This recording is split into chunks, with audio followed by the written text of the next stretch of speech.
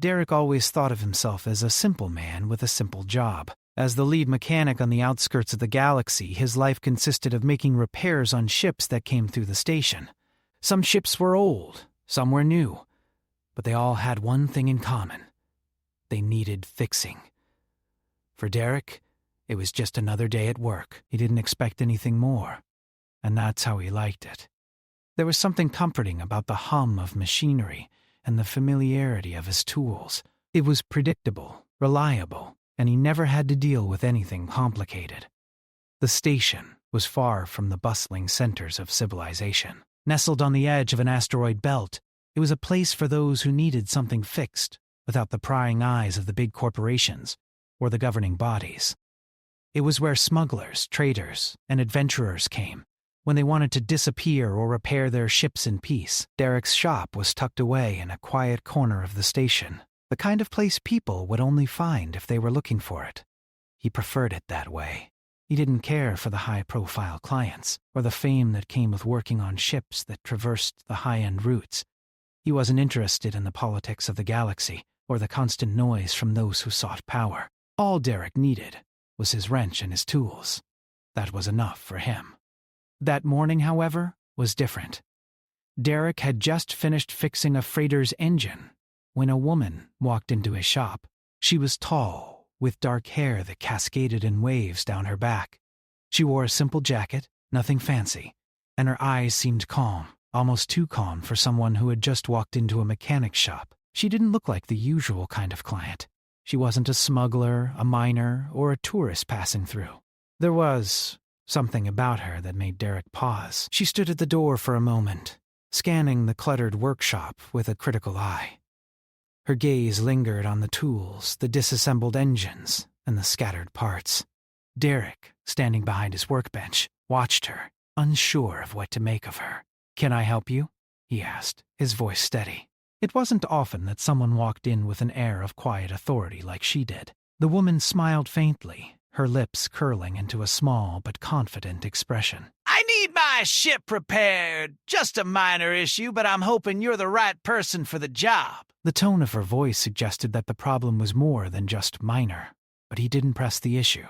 He had enough work on his hands already. He motioned toward the back of the shop where his workspace was. "Bring it around to the docking bay and I'll take a look," he said. She nodded, a small spark of gratitude in her eyes, and turned to leave. As she walked toward the exit, Derek couldn't help but notice the way she moved. There was a grace to her steps, like someone who was used to commanding attention. Derek shook his head. It was probably nothing. She was just another client, after all. It didn't take long for her ship to arrive.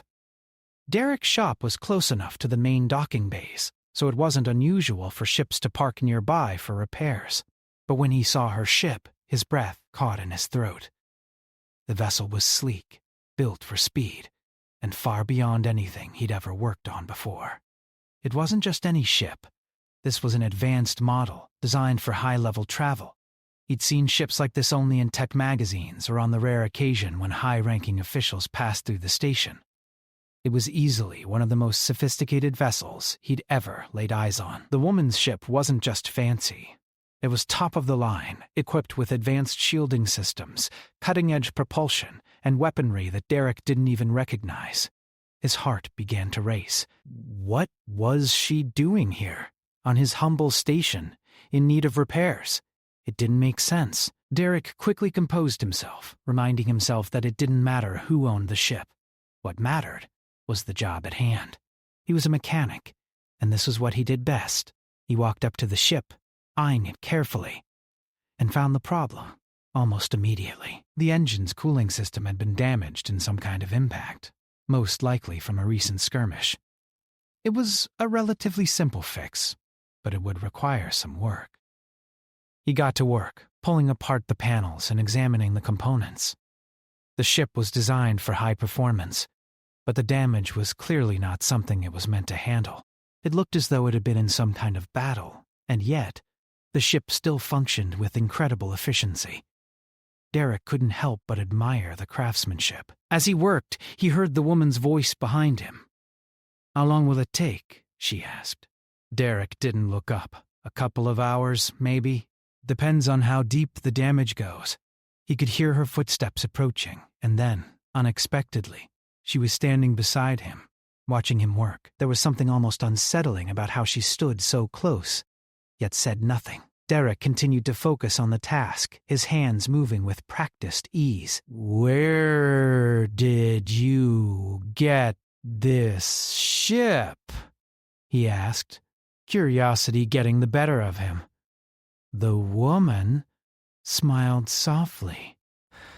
"It's been in my family for generations." Derek looked up at her, surprised. "Your family?" "You must be some kind of royalty then," he half laughed, not thinking much of it. She didn't respond immediately. Instead, she simply watched him work for a moment. Then, almost casually, she said, "I suppose you could say that." Derek paused, unsure of how to interpret her words. He shook his head, dismissing it. It didn't matter. He was just here to fix the ship. But as he worked, he couldn't shake the nagging feeling that something was off. There was an air of mystery surrounding this woman. Something that didn't quite fit. He couldn't quite place it, but he knew one thing for certain. This wasn't just a regular repair job. This was something bigger. Something that had the potential to change everything. As the hours passed, Derek finished the repairs. He wiped his hands on a rag, stepping back to admire the ship.